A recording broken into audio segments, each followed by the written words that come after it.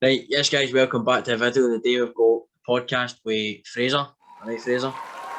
I'm going all right. All right, we've got Lloyd and Joe beside us as we're going to start the podcast. So, Lloyd, do you want to start us off here? Aye, so what's happening, Fraser? I'm Lloyd. I'm Right. going to ask you a simple question. What's it like playing in the Championship from a move for Hibs? It's good. I think people no underestimate it, but don't realise how good a league it is because like the amount of teams there. I think if you look at the table now, I think you see that I think anyone can beat anyone in that league. Aye. I think so. I think Queen of the South, for example, at the start of the season, they weren't getting many points. Then I think at the turn of the year, they started winning most of their games, and now they're, I think, 5-6 points behind us now, and we've obviously been in the top three most of the season. So I think that just shows how good the league actually is and how competitive it actually is. Would you feel that from taking a big jump for obviously going for a team like Hibs down to a team like Dunfermline, do you feel it's a big jump? Do you see a difference in the football? Personally, for me, when I was playing with Hibs, I was no playing as much, obviously, but when I was playing, I'd maybe only get 10, 15, 20 minutes, or I'd get a few starts here and there. But playing like week in, week out, getting a lot of game time, it's a huge difference because we're playing like Hearts, Raith Rovers, obviously, and our rivals got Dundee in the league. So playing against them, I think they've got good players. I think that's a kind of big difference as well. Kind of playing week in, week out. Aye. I don't watch much Championship football myself, but for what I've seen, it does look like a hard league to play in. But it also looks like it's a big difference between the first league and being up there. It's obviously different compared to like the Rangers, Celtic, but I think we played St Johnstone in the Betfred Cup and we took them to penalties. So I think that just shows that I think on like anyone's day in the Championship, they're more than capable of challenging with some of the teams in the Premier League. I've got another question for you. How does it feel playing under COVID conditions? So, like, without any fans in the stadium, does it make a difference? Aye, like, I think when you've got fans in the stadium, that gives you like an extra 5-10%. Whether that might be on the ball, you're more confident, or tracking back, or if you do a run and you maybe feel a bit tired, I think if you've got fans there, you don't really feel that. Kind of no work harder, but they give you an extra 5-10% onto your game, and Right. I think that helps a lot. But it's completely different. It feels weird, but I think where most of the players are used to it now. And another one, I know you've got multiple positions, but what is your go-to position? Preferably off the left. I like playing there, and behind the striker and the number 10. I like playing there as well, but I've been playing mostly recently off the left, and that's I think where I get more goals and assists kind of thing, and I think that's where I play mostly better. Because I think I don't mind doing the defensive side of the game either, so playing that role I can do both. Just answer my questions.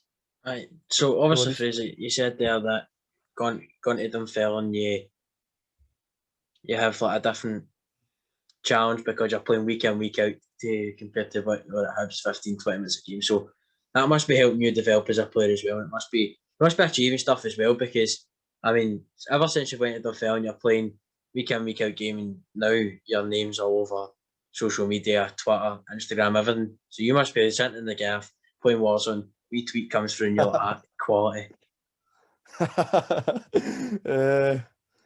I mean, it's obviously good seeing that, but then you don't see the other side. If you have a bad game, people say you've had a bad game and let you know that. So it's good when it's good, and then it's bad.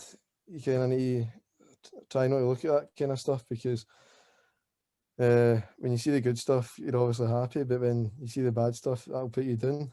But so I kind of try and keep away from that kind of stuff and know try and look at the praise, look at the negative comments. So I kind of just try and keep my head down with that kind of thing. Yeah, so obviously you came through the door at Dunfermline. That would have been a big challenge for you, and but let's be honest, you've kind of smashed it, to be honest. You're smashing it now, to be honest. I mean, was it 2 goals against Raith Rovers? And a free kick again after the video we made. We're talking about the Kamal one, and you went and done another. Aye. Just showing off, ain't you? Trying. Try to get that into the Hib squad and showing off up there, putting Scott Brown away and everything. Aye. Right, Joe's got a couple of questions for you now, Fraser, so over to you, Joe. Right, so my question was, what's your go-to thing to do in like a training session to like get you ready for the game and that? Like, what's your go-to thing to do? I think most teams will be similar what they do. So if I play on a Saturday and the Monday, if you play, you don't really do much, just as light jog, touch of the ball, and that's it. Then Tuesday it's more like tactical kind of stuff for the game Saturday, and like bigger stuff, bigger games you do.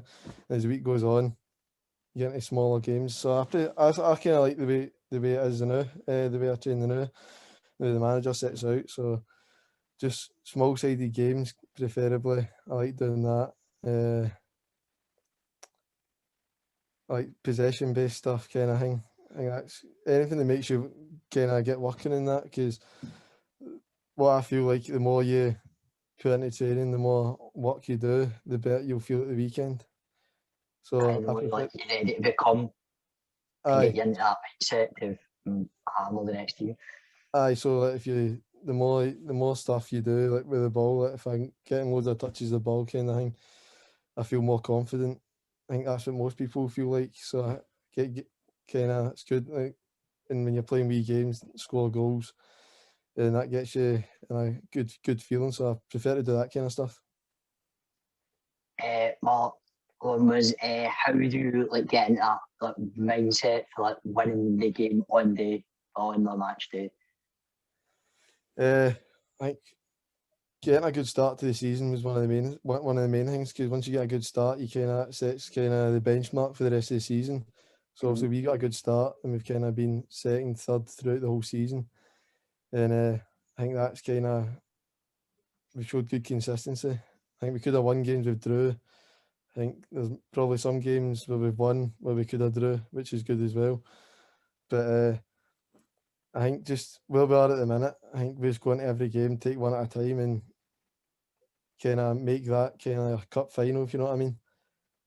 If it's a must-win game, and doesn't really matter at this stage. Doesn't really matter how you win the game as long as you win it. At the end of the day, a win's a win. Aye. My final question for you was: does like not having fans at the game like affect like your gameplay and that? Personally, it doesn't affect mine. I think to be fair, for every game, the way I would if there was fans, and going to every game I would if there was fans as well. But it's just that thing again where it's good having the fans there, because it's good having the support. Aye. The atmosphere, the support gives you kind of a buzz. So I think that's one of the main things about that. But personally, it doesn't really affect me, because I've played in, well, growing up, I'm still young, played in reserve football under 17s, and there wasn't any fans. Or if there wasn't really an atmosphere. So I think I'm probably more used to not having fans now, whereas the older boys probably had fans over the past 7-8 years, and they might find that a bit different. But personally, it doesn't really bother me. Cheers for asking my questions, Fraser. Well, Fraser, you said about your draws and your disappointing results, but I think I can remember back to one game that would have been really disappointing. He's played quite well. I think it was against Hearts. He's played a good game, and I think it came down to Craig Gordon winning Hearts that game that day. Yeah. Beat 1-0. Could have scored about 3 or 4 in the first half. And he pulled off 4 or 5 world-class saves. But I think on another day, if you get the goals you win the game. But they had chances as well that game, so not sitting here saying that we should have won by 2, 3, 4. I mean, they won in the day. That's how it goes. I mean, we've played in games where we've been under it a bit, no played as well, no had a lot of the ball, no had a lot of chances, but we've won the game. So I think that's just the way it goes sometimes. And I think we've played at the weekend there. We played well first half. One each going at half time, then came out second half, got the second goal. Then for the rest of the game, I think Alva played really well and attacked as well. We couldn't get out as much as we did in the first half. And they'll probably be thinking that they could have got 1 or 2 goals, but we defended well and got the win, which is the most important thing. Yeah, obviously you said that fans doesn't affect you, but this season we've seen that quite a few teams have been affected by not having fans. Being one of the biggest clubs, obviously Celtic this season, they've suffered not having fans, but you must obviously, you're saying that you come through the youth ranks and that you've not had very many fans, so starting your career right now for you, it's quite helped you now and you've not had much pressure from the fans, but obviously you've got that amount of pressure from your players, your manager and that as well, but having no fans must kind of help you now as well to enjoy your football as well. Like having fans with the pressure is a good thing because that's a good kind of pressure you get.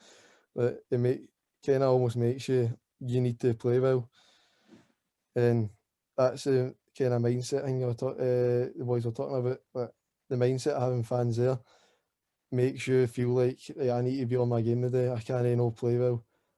So I don't think, although teams probably prefer fans and some teams might deal better without fans being there, play better, I think at the end of the day, every team would prefer fans to be there because regardless if they're winning or losing, having the fans there would help massively and give that extra boost. Yeah, it gives you encouragement as well when you scored a goal and you say you've got maybe 2,000-3,000 fans round about you shouting your name and screaming like as soon as you put the ball in the back of the net. But like that just it reflects back to you as well to be able to help the fans celebrate that moment as well. I mean, even though they're not at the game, they're all still watching, so they can all still celebrate the goal. Those no with us, they're still getting to watch the games, which is a good thing. But also, I would prefer if the fans were there when the team scored goals or we've won games or maybe we're getting beat or drawing and they can help us over the line. Yeah.